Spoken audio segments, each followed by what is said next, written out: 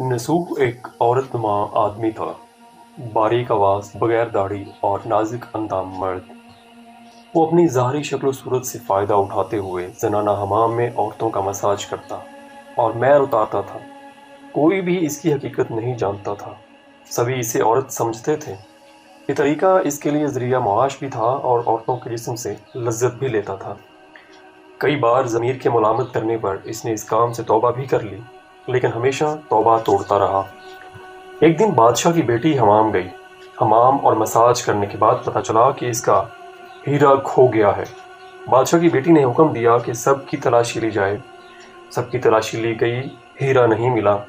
नसूह रुसवाई के डर से एक जगह छुप गया। जब इसने देखा कि शहजादी की कनीज़ें इसे ढूंढ रही हैं, तो सच्चे दिल से खुदा को पुकारा और खुदा की बारगाह में दिल से तौबा की और वादा किया कि आइंदा कभी भी ये काम नहीं करूँगा। मेरी लाज रख ले मौला। दुआ मांग ही रहा था कि अचानक बाहर से आवाज़ सुनाई दी कि नसूह को छोड़ दो, हीरा मिल गया है। नसूह नम आंखों से शहजादी से रुखसत लेकर चला गया। नसूह ने कुदरत का करिश्मा देख लिया था और हमेशा हमेशा के लिए इस काम से तौबा कर ली।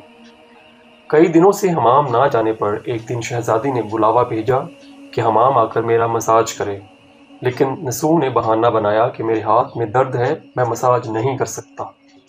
नसूह ने देखा कि इस शहर में रहना उसके लिए मुनासिब नहीं है। सभी औरतें उसको चाहती हैं और उसके हाथ से मसाज लेना पसंद करती हैं। जितना भी गलत तरीके से माल कमाया था, सब गरीबों में बांट दिया और शहर से निकलकर कई मील दूर एक पहाड़ी पर डेरा डालकर अल्लाह की इबादत में मशगूल हो गया।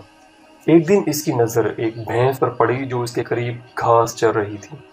उसने सोचा कि ये किसी चरवाहे से भागकर यहाँ आ गई है। जब तक इसका मालिक न आ जाए तब तक मैं इसकी देखभाल कर लेता हूँ। लिहाजा इसकी देखभाल करने लगा। कुछ दिन बाद एक तिजारती काफिला रास्ता भूलकर उधर आ गया, जो सारे प्यास की शिद्दत से निढाल थे। उन्होंने नसूह से पानी मांगा। नसूह ने सबको भैंस का दूध पिलाया और सबको सैराब कर दिया। काफिले वालों ने नसूह से शहर जाने का रास्ता पूछा। नसूह ने उनको आसान और नज़दीकी रास्ता दिखाया। नसूह के इखलाक से मुतासिर होकर ताजरों ने जाते हुए उसे बहुत सारा माल बतौर तोहफा दिया। नसूह ने इन पैसों से वहाँ कुआं खुदवाया। आहिस्ता आहिस्ता वहाँ लोग बसने लगे और इमारतें बनने लगीं। वहाँ के लोग नसूह को बड़ी इज्जत और एहतराम की निगाह से देखते थे।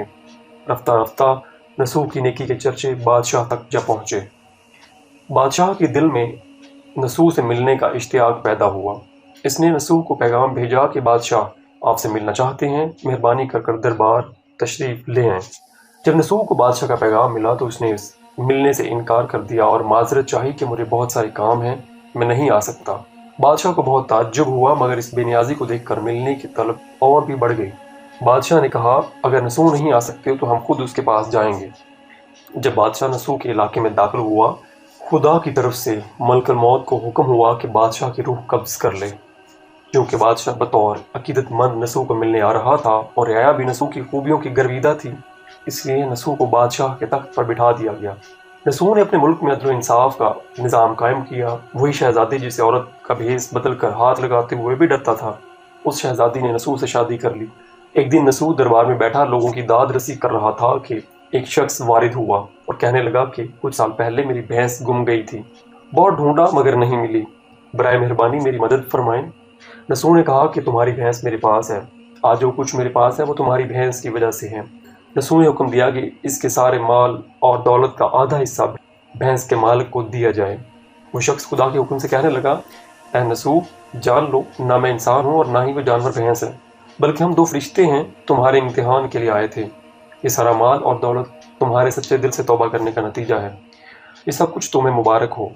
वो दोनों फरिश्ते नज़रों से गायब हो गए। इसी वजह से सच्चे दिल से तौबा करने को तौबातुन नसूह कहते हैं। तारीख की कुतब में नसूह को बनी इसराइल के एक बड़े आबिद की हैसियत से लिखा गया है। डिप्टी नज़ीर अहमद के नावल तौबातुन नसूह का उन्वान इसी से मुमासल था।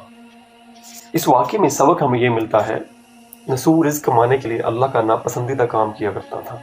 जब वो काम अल्लाह के खौफ की वजह से छोड़ा तो अल्लाह ने रिज़्क़ के असबाब पैदा किए और बादशाहत तक अता कर दी।